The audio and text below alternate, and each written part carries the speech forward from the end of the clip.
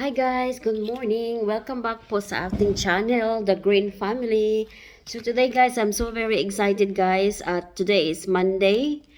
Early in the morning, I received a message from the Australia Post Office, and they're telling me that my passport will come today at around 9:30 in the morning until 11:30. So I was really waiting inside the house guys.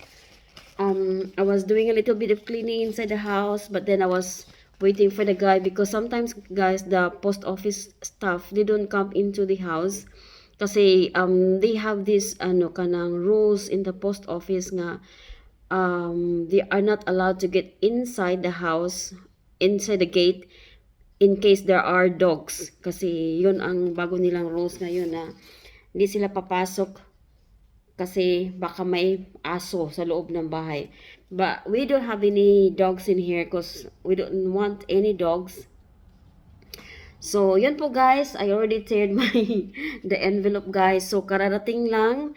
Na-drop na ng taga-Australia Post Office yung aking passport for today. So, I'm so very happy to share to everyone na as you all know guys know that I'm already an Australian citizen, and then 10 days after ka nag-oath taking you are allowed to apply for a passport. So now I'm officially an Australian citizen and I have my passport. So ito po yung passport nila guys. Tring Tring, hindi ko lang pakikita guys. But this is my passport guys. So I'm so happy I have already a passport. I don't have, so yung passport ko sa Philippines, that's already kanang null and void na po yun. Cancel na yun yung aking passport. So I have naman new passport and I'm so happy and excited guys. Ano lang ito, 2 weeks lang. 2 weeks lang since nag-apply ako, dumating yung passport ko. So kung sa Pilipinas pa ito ang tagal. And then I'm just waiting for Peter's passport kasi dalawa kaming, actually 2 days ahead ako nag-apply kasi we need somebody to guarantor sa paperwork ni Peter sa kaniyang passport, and then kaya na-delay yung kaniyang passport for 2 days. So hopefully this week din darating yung passport ni Peter. Kasi yung dito sa Australia kasi guys, yung mga passport ng mga bata, they are not allowed to renew. Kailangan nilang kailangan mag-apply ng new passport, and then yung passport nila is only valid for 5 years. And I think itong passport ko is valid for 10 years. Let me see. Yeah, 10 years siya. 2024, 2034. Ayaw ko talaga yung picture ko sa mga passport ko, guys. Oy. Bate, jugay kong naong, guys. Bate.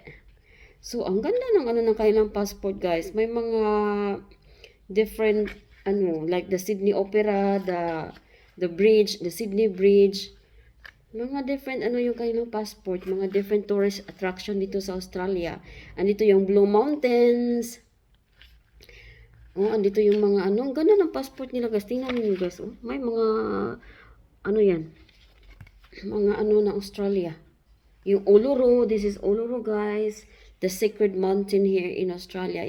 It's in, if I'm not mistaken, it's in Darwin. In the Northern Territory. No?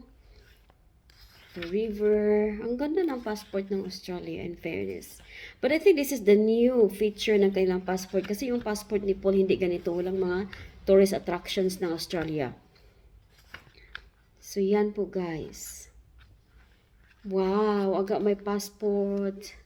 So, we were just waiting for Peter's passport guys. So, officially, I'm an Australian citizen of the beautiful Australia. Ano ba yan? So, yun lang guys, share ko for today guys. My happiness na meron akong Australian passport. I can travel anywhere I wanna go. Kailangan na natin ng pera para pambayad ng ticket. Pero we don't have any plans yet to travel guys kasi we're gonna wait, and I think we're gonna wait until Peter turns 10 years old and he have more understanding. So it's not so stressful on us to travel kasi baka by the time when he will be 10 years old, baka na siya kanang sanay na siya sanay na siya sa iba't ibang lugar at sa iba't ibang tao at sa maraming tao. So yun po ang pinagpray ko guys, na sana mawala na yung anxiety ni Peter sa mga tao at sa ibang places. He is slowly developing guys, very slowly. okay lang very slowly as long as developing yung kanyang, hindi siya nagda-downgrade. Ano man tawag doon? Nagda-down yung kanyang development. Kaya usually yung pediatrician na concern is they always ask us kung nagda-down ba yung kaniyang development, no? Kung like for example, ano na ba siya, aloof na ba siya sa mga tao, or kung yung speech niya, ano ba kanang nagli-lessen ba kanyang mga words. So yun talaga ang tinatanong sa amin ng mga pedya, not mga pedya, ng kanyang pedya pala. Luckily naman, si Peter naman guys, slowly siyang nagde-develop. If you compared him from the first time he was diagnosed with autism guys, from to now, ang laki ng kanyang pinagbago guys. Really, kasi before, he cannot speak. He cannot even mention my name. He cannot say dad or mom. But now, he can easily now he can say a sentence in 6 words.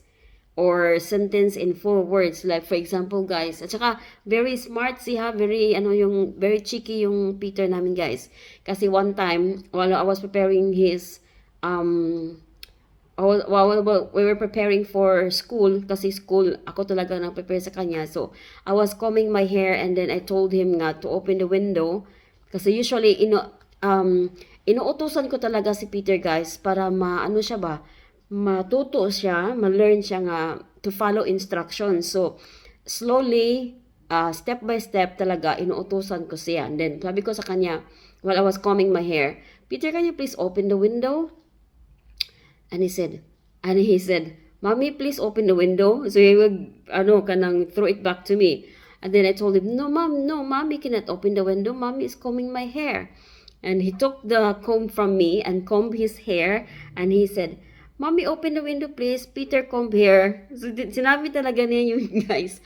So, I was really amazed. I was happy. I was surprised nga. Sometimes, there are days na nasusurpresa na lang kami sa kaniyang improvement, no? And then, one time also sabi niya, Peter, can you, I asked him, Peter, can you please pick up the paper on the floor? And he will throw it back to me. Mommy, pick up the paper. He said, Mommy, eyes is sick, because I have my eye injury, guys, and always put eye drops, and sometimes I close my eyes. So he always say, Mommy, eye sick. Then he said, Peter, eye sick. Peter, yung sick, yung mata daw niya sick din daw. So sometimes he will get my eye drops and put eye drops in his eyes. So yung understanding ni Peter talaga is, nag-develop talaga siya after, nag-develop siya ng yung development niya is nasa kanang 30%, ganun guys, nung nag-start siyang mag-school sa normal school ba, sa elementary school talaga, but he is not in the kanang normal class, he is in the special class. So yung mga kasama niya doon, mga classmate niya ay may mga disability din. So, meron silang, yung class niya is support class, yung mga disabled kids andoon, but ibang uri ng disability. And then, meron silang class ng autism, kasi si Peter is nasa autism spectrum siya eh. Kaso lang, hindi nila pwedeng si Peter doon, isagol, i-mix sa mga autism class, kasi malalaki na sila, nasa mga 10 years old, 12 years old. They only have one class for autistic kids, but matatanda sila compared kay Peter. And then si Peter, when he started school, he was only, I think he was only 4 years old, no? Yung nag-start siya sa school talaga. So, so for the meantime, nilagay muna nila si Peter sa support class. So, if there are other kanang children like under the spectrum na mag-i-enroll in that school, maybe they can create another class na same age, more or less the same age kay Peter, para hindi naman siya masyadong yung mga matatangkad yung mga kasamahan niya. So yun ba, so he was very happy at school. He is very excited. He always say, bus coming today, bus coming today. So we've been teaching him Monday, Tuesday, Friday, Monday, Tuesday, until Friday class is the bus is coming. So meaning to say, meron siyang school. Pag Saturday, Sunday, no bus is coming, so wala siyang school. So he's slowly learning about that one. And he always tell us, Saturday, no bus, Sunday, no bus. So repeat siya, always repeat guys.